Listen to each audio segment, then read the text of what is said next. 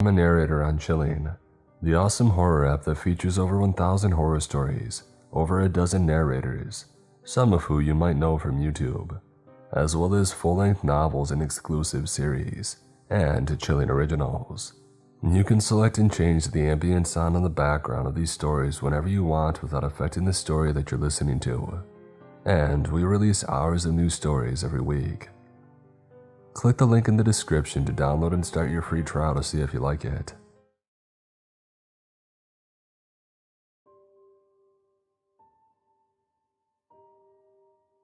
The checkout line of the local grocery store in my hometown I left behind. I tried to keep my eyes forward and avoid eye contact as I paid for my frozen dinner and hoped to get out of Dodge before I had to talk to someone that I knew, but hadn't talked to in 15 years. "Jame," I heard a woman's voice chime from behind me. I couldn't help but utter the word, "Crap," drawing a grin from the high school-aged checkout girl. I put the smallest smile humanly possible on my face and looked over my shoulder to see a woman with a poof of gray hair standing at my hip, with an armful of groceries sloppily spread across the chest of the dirty Garfield Christmas sweatshirt that she wore in September. I don't think that I had actually seen the woman since I was 9 years old, but I instantly recognized her as Barbara, the woman who ran the daycare that I went to when I was very young. I stuck my credit card in the machine and started the process of paying for my groceries before I spoke. "Barbara?" Barbara's cracked lips spread into a wide smile across her wrinkled face. "Yeah, I can't believe you've grown into. When I watched you, you were this tall," Barbara said, and then held her hand flat at about the level of my waist. Yeah, people grow, it's true." I agreed in a manner that I hope wasn't as snarky as it seems writing it out now. I let out a nervous chuckle and started to backpedal, away from the checkout line. "Are you staying at your folks' place right now?" Barbara asked. "Yeah. I ran into your sister about 6 months ago. I'm so sorry to hear about your mom," Barbara went on. Barbara ignored the cashier and stuck me with a hug before I could slip any further. I felt her bosom awkwardly smash up against my ribcage. "Thank you," I muttered. Barbara thankfully pulled away from me. "I told your sister I remembered 2 things about you. You walked on your toes for some reason, and you and your sister constantly talked about monsters a lot.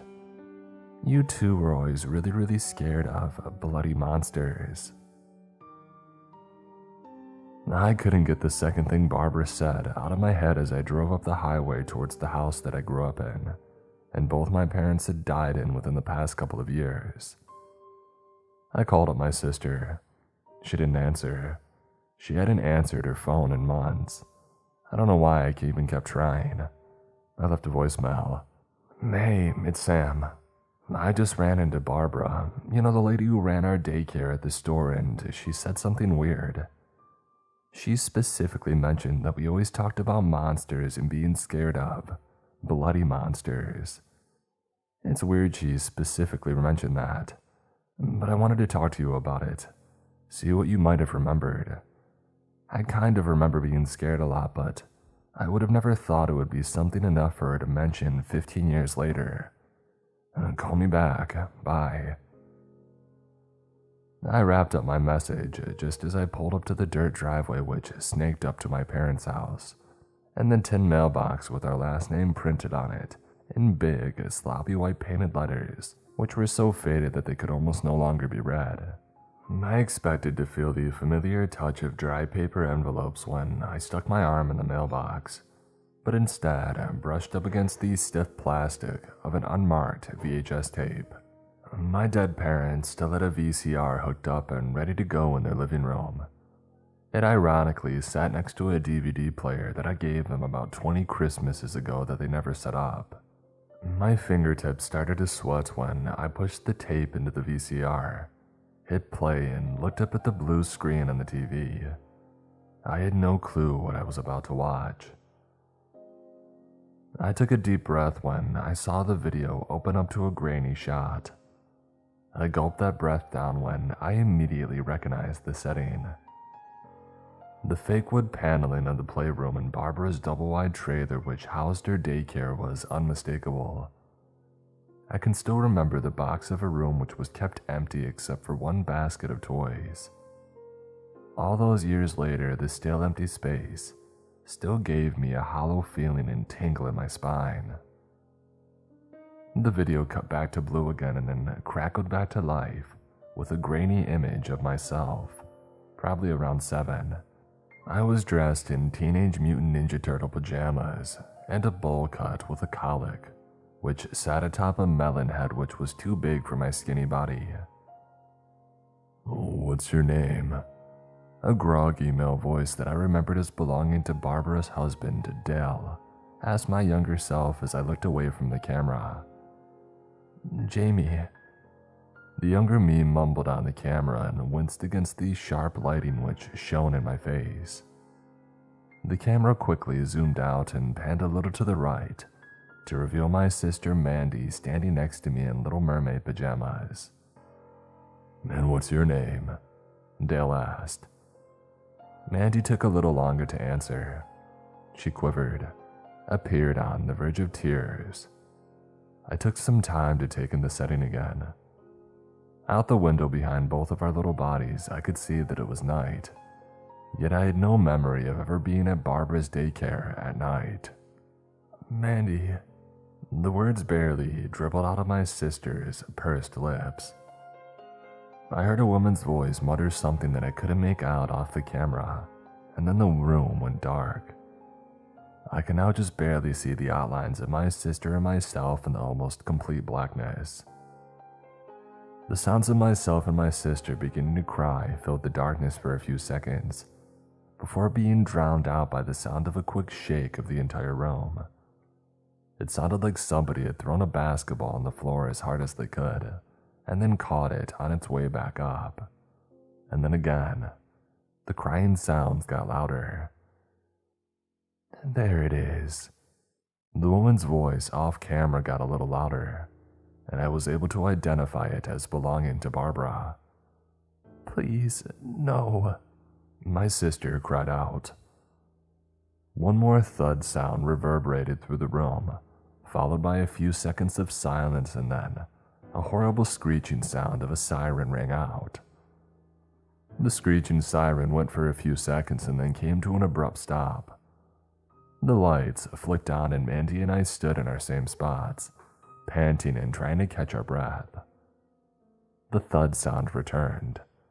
This time, the thud sent my sister and I flying into opposite corners of the room.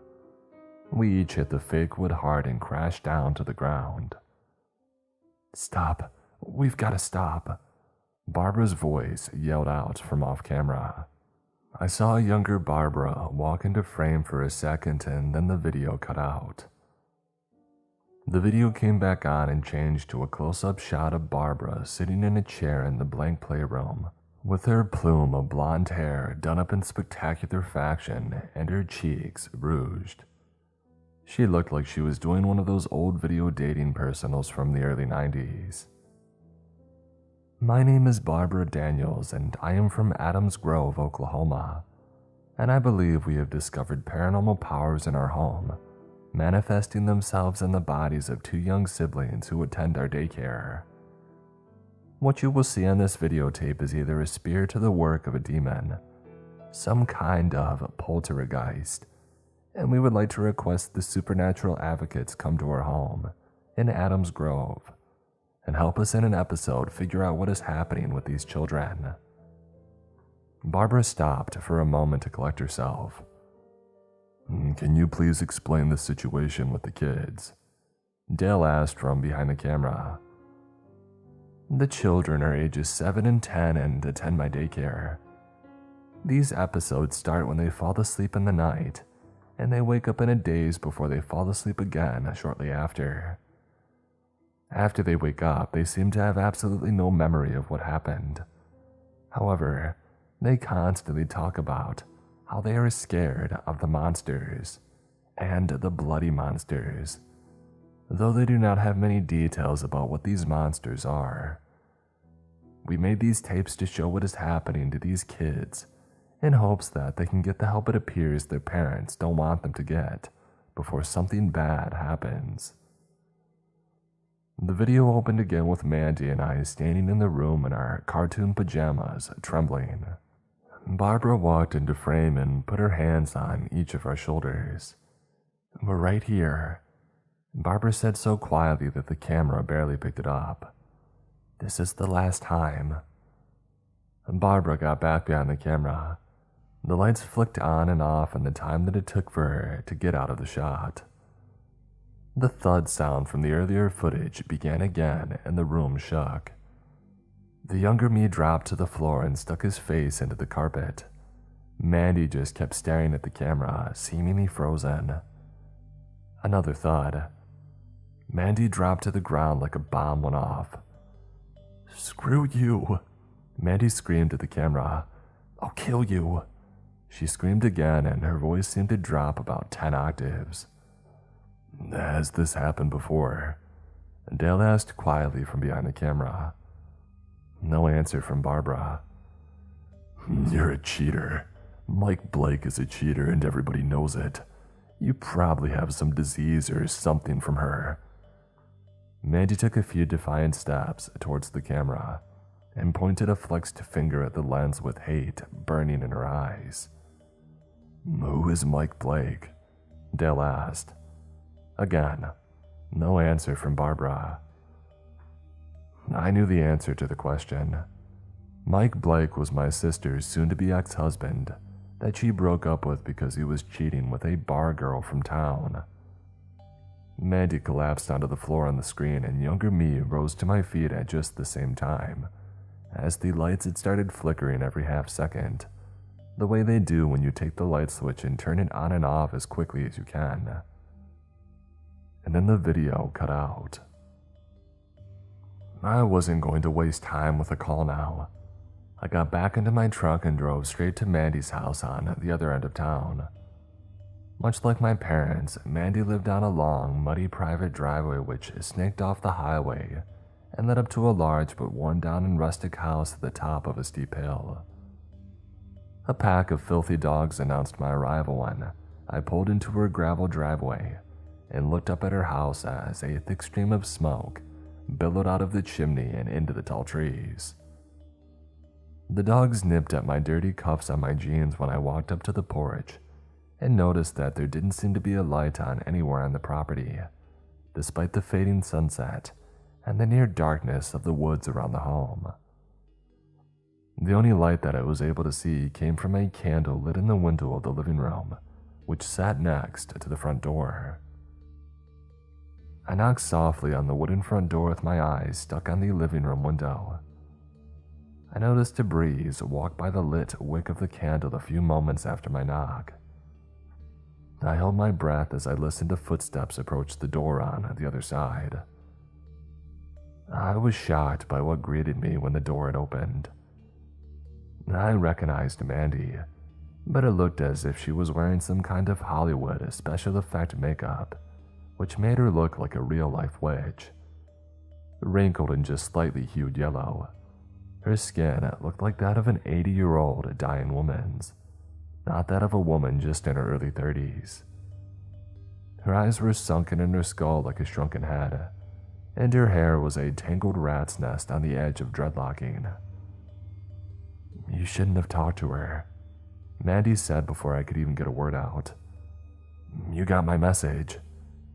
"You shouldn't have talked to her," Mandy repeated. Mandy waved me into the darkness inside her home and shut the door behind me. The house was as cold as it was dark. I shivered through my winter coat when I followed Mandy into the candle-lit living room. I took a seat on the dewy couch in front of a coffee table littered with dirty dishes and dirty laundry. "It's freezing in here," I muttered through clenched teeth. I looked across the room to see Mandy offering me a cigarette from her seat in a stained easy chair. No thanks," I said with a shake of the head and took the VHS tape out of my jacket pocket. You shouldn't have talked to her. Mandy cut me off and eyed the tape. And I've seen the tape too. She gave that to me. She must have copies of it or something. At Barbara's house, the lights going on and off, us flying around the room and talking about horrible things that happen later in life, I asked. Yes. What the heck is that? I asked. Mandy lit up another cigarette. You know that thing Barbara told you about us always talking about monsters? That was the monsters on that tape. She told me something where we had to stay the night there and they noticed that we had night terrors and these poltergeist abilities and they recorded it to try to get us on some show that they were experts who would try to help us, but they ended up never sending in the tapes. I told her to get lost, but regardless, we're both screwed. I think talking about it made the monsters come back. One of Mandy's cigarettes started to sound really good. I couldn't really remember the monsters or ever really thought about them until I ran into Barbara at the deli. I think they're probably coming back for you too. They terrorized us as kids. I keep seeing this horrible, dead-looking man all around the house, Mandy explained. What are they? The monsters? I asked. They seem to change, but they come when you try to go to sleep and they hide in the shadows. Cling to the corners, the closets, where it's dark. I don't actually get a good look at them much, but they seem to just look like hideous people. The one that I see the most is this guy covered in blood. The images started to come back to me just a little bit, like the mismatched puzzle pieces of a night of blackout drinking might after a week has passed.